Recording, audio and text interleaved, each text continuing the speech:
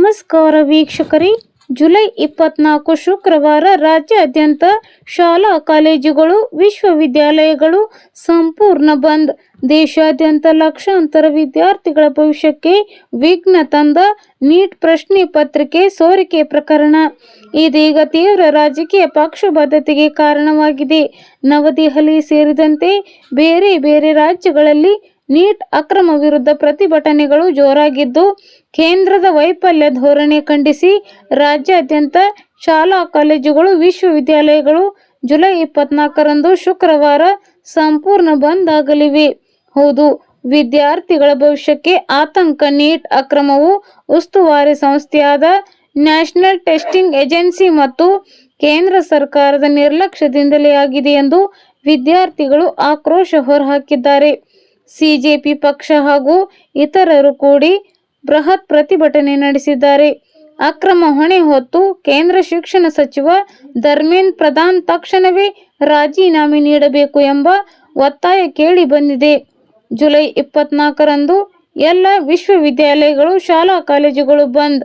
Neat ಪರೀಕ್ಷಾ ವೈಫಲ್ಯ ಖಂಡಿಸಿ ಜುಲೈ 24ರಂದು ಶಾಲಾ ಕಾಲೇಜುಗಳ ಬಂದ್ಗೆ ಪ್ರಮುಖ ವಿದ್ಯಾರ್ಥಿ ಹಾಗೂ ಯುವಜನ ಸಂಘಟನೆಗಳು ಕರೆ ನೀಡಿವೆ. ಎಸ್ಎಫ್ಐ, ಎನ್ಎಸ್ಯುಐ, ಎಐಎಸ್ಎ, ಡಿವೈಎಫ್ಐ ಸೇರಿದಂತೆ ಪ್ರಮುಖ ವಿದ್ಯಾರ್ಥಿ ಒಕ್ಕೂಟಗಳು ಕರೆ ನೀಡಿವೆ. ದೇಶದ ಎಲ್ಲ ಸರ್ಕಾರಿ ಮತ್ತು ಖಾಸಗಿ ಶಾಲೆಗಳು, ಪದವಿ ಕಾಲೇಜುಗಳು ಹಾಗೂ ವಿಶ್ವವಿದ್ಯಾಲಯಗಳನ್ನು ಬಂದ್ ಮಾಡುವಂತೆ ಮನವಿ ಮಾಡಿವೆ. ಈ ಮನವಿಗೆ ಸ್ಪಂದಿಸಿ ಆಂಧ್ರ ಪ್ರದೇಶ ಬೆಂಬಲಿಸಿದೆ. ನಾಳೆ ಶುಕ್ರವಾರ ರಾಜ್ಯಾದ್ಯಂತ ಎಲ್ಲ ಶಾಲಾ ಕಾಲೇಜುಗಳು, ವಿಶ್ವವಿದ್ಯಾಲಯಗಳು, ಇನ್ನಿತರ ಶೈಕ್ಷಣಿಕ ಸಂಸ್ಥೆಗಳು ಒಂದು ದಿನದ ಮಟ್ಟಿಗೆ ಬಂದ್ ಆಗಲಿವೆ. ಯಾವುದೇ ಶೈಕ್ಷಣಿಕ ಕಾರ್ಯಚಟುವಟಿಕೆಗಳು ನಡೆಸದೆ ನೀಟ್ ಅಕ್ರಮ ವಿರುದ್ಧ ಪ್ರತಿಭಟನಾಕಾರರನ್ನು ಬೆಂಬಲಿಸಲಾಗುತ್ತಿದೆ. ಸಂಸತ್ನಲ್ಲೂ ಪ್ರತಿಧ್ವನಿಸಿದ ನೀಟ್ ಅಕ್ರಮ ಹಿಂಸಾತ್ಮಕವಾಗಿ ತಿರುಗಿದ ನವದೆಹಲಿ ನೀಟ್ ಪ್ರತಿಭಟನೆ. ಲಾಠಿ ಚಾರ್ಜ್ ವಿರುದ್ಧ ದೇಶವ್ಯಾಪಿ ಆಕ್ರೋಶಗಳು, ಮಿಶ್ರ ಪ್ರತಿಕ್ರಿಯೆಗಳು ವ್ಯಕ್ತವಾಗುತ್ತಿವೆ. ಅಲ್ಲಿನ ಜಂತರ್ ಮಂತರ್ ಹಾಗೂ ಶಿಕ್ಷಣ ಸಚಿವರ ನಿವಾಸದ ಸುತ್ತಮುತ್ತ ನೂರಾರು ವಿದ್ಯಾರ್ಥಿಗಳು ಮತ್ತು ಪ್ರತಿಭಟನಾಕಾರರು ಜಮಾಯಿಸಿ ಆಕ್ರೋಶ ವ್ಯಕ್ತಪಡಿಸಿದ್ದಾರೆ. ರಾಹುಲ್ ಗಾಂಧಿ ಸೇರಿದಂತೆ ಕಾಂಗ್ರೆಸ್ ನಾಯಕರು ಪ್ರಧಾನಿ ನಿವಾಸದ ಮುಂದೆ ಪ್ರತಿಭಟಿಸಿದರು. ನೀಟ್ ರದ್ದುಗೊಳಿಸಿ ಮತ್ತು ಎನ್ಟಿಎ ವಜಾಗೊಳಿಸಿ ಶಿಕ್ಷಣ ಮಂತ್ರಿಗಳ ರಾಜೀನಾಮೆಗೆ ಆಗ್ರಹ ಕೇಳಿಬಂದಿದೆ. ಸೋಮವಾರದಿಂದ ಆರಂಭವಾದ ಸಂಸತ್ತಿನ ಅಧಿವೇಶನದಲ್ಲೂ ನೀಟ್ ಪ್ರಶ್ನೆ ಪತ್ರಿಕೆ ಸೋರಿಕೆ ವಿಚಾರವು ಭಾರೀ ಗದ್ದಲಕ್ಕೆ ದಾರಿ ಮಾಡಿಕೊಟ್ಟಿತು. ಕೇಂದ್ರದ ವಿರುದ್ಧ ವಿರೋಧ ಪಕ್ಷಗಳು ಜಂಟಿಯಾಗಿ ಹೋರಾಟಕ್ಕೆ ಇಳಿದವು. ಬಹುತೇಕ ಎಲ್ಲ ಪ್ರತಿಭಟನೆ ಹೋರಾಟಗಳಲ್ಲಿ ಕೇಂದ್ರ ಶಿಕ್ಷಣ ಸಚಿವ ಧರ್ಮೇಂದ್ರ ಪ್ರಧಾನ್ ಅವರ ರಾಜೀನಾಮೆಗೆ ಆಗ್ರಹಿಸಲಾಗಿದೆ. ಇತ್ತ ಅದೇ ಸಚಿವರು ಮಕ್ಕಳ ವಿಚಾರದಲ್ಲಿ ರಾಜಕೀಯ ಬೆರೆಸಲಾಗುತ್ತಿದೆ ಎಂದು ಅವರು ತಿರುಗೇಟು ನೀಡಿದ್ದಾರೆ. ದೆಹಲಿ, ಕರ್ನಾಟಕ, ಆಂಧ್ರ ಪ್ರದೇಶ ಸೇರಿದಂತೆ ದೇಶದ ಅನೇಕ ಕಡೆಗಳಲ್ಲಿ ನೀಟ್ ವಿರುದ್ಧ ಆಕ್ರೋಶ ಕೇಳಿಬಂದಿದೆ. ಎಲ್ಲೆಡೆ ಪ್ರತಿಭಟನೆಗಳು ಬುಧವಾರವೂ ಮುಂದುವರೆದಿದ್ದು ಕಂಡು ಬಂತು. ಗೃಹಲಕ್ಷ್ಮಿಯರಿಗೆ ಗುಡ್ ನ್ಯೂಸ್. ಬಾಕಿ ಹಣ ಬಿಡುಗಡೆ. ರಾಜ್ಯ ಸರ್ಕಾರದ 5 ಪ್ರಮುಖ ಗ್ಯಾರಂಟಿ ಯೋಜನೆಗಳಲ್ಲಿ ಒಂದಾದ ಗೃಹಲಕ್ಷ್ಮಿ ಯೋಜನೆಯ ಹಣಕ್ಕಾಗಿ ಕಾಯುತ್ತಿದ್ದ ಲಕ್ಷಾಂತರ ಮಹಿಳೆಯರಿಗೆ ಸಿಹಿ ಸುದ್ದಿ ಸಿಕ್ಕಿದೆ.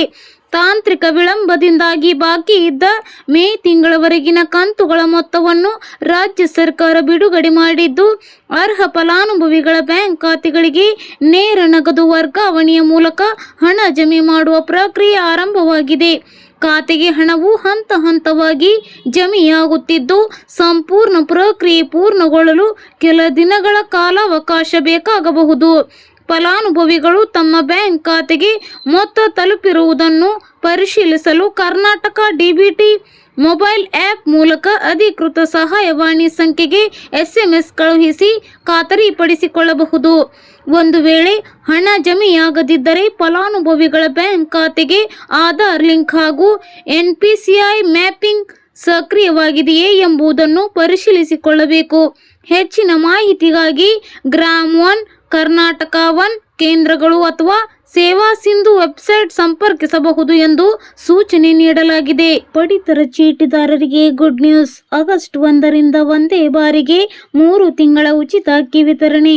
ಪ್ರಸ್ತುತ ಎಲ್ ನೀನೋ ಪ್ರಭಾವದಿಂದಾಗಿ ದೇಶದಲ್ಲಿ ಮಳೆ ಅಭಾವದ ಪರಿಸ್ಥಿತಿ ತಲೆದೋರಿರುವ ಹಿನ್ನೆಲೆಯಲ್ಲಿ ಕೇಂದ್ರ ಸರ್ಕಾರವು ಪಡಿತರ ಚೀಟಿದಾರರಿಗೆ ಭರ್ಜರಿ ಸಿಹಿ ಸುದ್ದಿಯೊಂದನ್ನು ನೀಡಿದೆ. ನಾಗರಿಕರಿಗೆ ಯಾವುದೇ ತೊಂದರೆಯಾಗದಂತೆ ನೋಡಿಕೊಳ್ಳಲು ಸತತ 3 ತಿಂಗಳ ರೇಷನ್ ಅಕ್ಕಿಯನ್ನು ಒಂದೇ ಬಾರಿಗೆ ವಿತರಿಸಲು ನಿರ್ಧರಿಸಿದೆ. ಈ ಕುರಿತು ಸರ್ಕಾರದ ಆಹಾರ ಮತ್ತು ನಾಗರಿಕ ಸರಬರಾಜು ಇಲಾಖೆಯು ಮಹತ್ವದ ಆದೇಶವನ್ನು ಹೊರಡಿಸಿದೆ.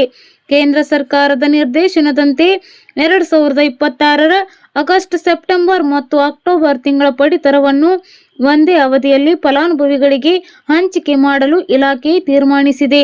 ಮಳೆಗಾಲದಲ್ಲಿ ಎದುರಾಗಬಹುದಾದ ಸಾರಿಗೆ ಸಂಪರ್ಕದ ಸಮಸ್ಯೆಗಳು ಹಾಗೂ ದಾಸ್ತಾನು ಸವಾಲುಗಳನ್ನು ಸಮರ್ಥವಾಗಿ ಎದುರಿಸುವುದು ಮತ್ತು ಬಡ ಕುಟುಂಬಗಳು ರೇಷನ್ ಲಭ್ಯತೆ ಬಗ್ಗೆ ಆತಂಕ ಪಡದಂತೆ ನಿಶ್ಚಿಂತೆಯಾಗಿರುವಂತೆ ಮಾಡುವುದೇ ಈ ನಿರ್ಧಾರದ ಮುಖ್ಯ ಉದ್ದೇಶವಾಗಿದೆ.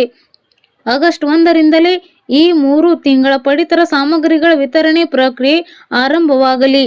ರಾಷ್ಟ್ರೀಯ ಆಹಾರ ಭದ್ರತಾ ಕಾಯ್ದೆಯ ಅಡಿಯಲ್ಲಿ ಈ ಪಡಿತರವನ್ನು ಫಲಾನುಭವಿಗಳಿಗೆ ಸಂಪೂರ್ಣವಾಗಿ ಉಚಿತವಾಗಿ ನೀಡಲಾಗುತ್ತಿದೆ. ಇದಕ್ಕಾಗಿ ಕಾರ್ಡುದಾರರಾಗಲಿ ಅಥವಾ ನ್ಯಾಯಬೆಲೆ ಅಂಗಡಿ ಮಾಲೀಕರಾಗಲಿ ಯಾವುದೇ ರೀತಿಯ ಹಣವನ್ನು ಪಾವತಿಸುವ ಅಗತ್ಯವಿರುವುದಿಲ್ಲ. ಹಿಂದೆಯೂ ಜಾರಿಯಾಗಿದ್ದ ನಿಯಮ. ಸಾಮಾನ್ಯವಾಗಿ ಪ್ರತಿ ತಿಂಗಳು 1ನೇ ತಾರೀಕಿನಿಂದ ಕೇವಲ 15 ದಿನಗಳ ಕಾಲ ಮಾತ್ರ ಪಡಿತರ ವಿತರಕರು ಅಕ್ಕಿಯನ್ನು ನೀಡುತ್ತಿದ್ದರು. ಆದರೆ ಈ ಬಾರಿ ಒಟ್ಟಿಗೆ 3 ತಿಂಗಳ ರೇಷನ್ ನೀಡುತ್ತಿರುವುದರಿಂದ ಆಗಸ್ಟ್ ತಿಂಗಳ ಪೂರ್ತಿ 31 ದಿನಗಳ ಕಾಲವು ನ್ಯಾಯಬೆಲೆ ಅಂಗಡಿಗಳನ್ನು ತೆರೆದು ಅಕ್ಕಿ ವಿತರಿಸಬೇಕಾಗುತ್ತದೆ. ಪ್ರತಿ ಪಡಿತರ ಚೀಟಿದಾರರು ಬಯೋಮೆಟ್ರಿಕ್ ವ್ಯವಸ್ಥೆಯಲ್ಲಿ 3 ಬಾರಿ ಹೆಬ್ಬೆರಳಿನ ಗುರುತು ನೀಡಬೇಕಾಗುತ್ತದೆ. MLS ಪಾಯಿಂಟ್ಗಳಿಂದ ರೇಷನ್ ಅಂಗಡಿಗಳಿಗೆ 2-3 ಹಂತಗಳಲ್ಲಿ ಅಗತ್ಯವಿರುವಷ್ಟು ಅಕ್ಕಿಯನ್ನು ಸಾಗಿಸಲಾಗುತ್ತದೆ. ಸಣ್ಣ ಅಂಗಡಿಗಳಿಗೆ ಒಂದೇ ಬಾರಿಗೆ ಹಾಗೂ ದೊಡ್ಡ ಅಂಗಡಿಗಳಿಗೆ ಅಲ್ಲಿನ ದಾಸ್ತಾನು ಸಾಮರ್ಥ್ಯಕ್ಕೆ ಅನುಗುಣವಾಗಿ 2 ಅಥವಾ 3 ಬಾರಿ ಅಕ್ಕಿಯನ್ನು ಸಾಗಿಸಲು ವ್ಯವಸ್ಥೆ ಮಾಡಲಾಗಿದೆ. ಈ ಹಿಂದೆ ಏಪ್ರಿಲ್, ಮೇ ಮತ್ತು ಜೂನ್ ತಿಂಗಳ ಪಡಿತರವನ್ನು ಸಹ ಇದೇ ಮಾದರಿಯಲ್ಲಿ ಒಂದೇ ತಿಂಗಳಿನಲ್ಲಿ ವಿತರಿಸಲಾಗಿತ್ತು.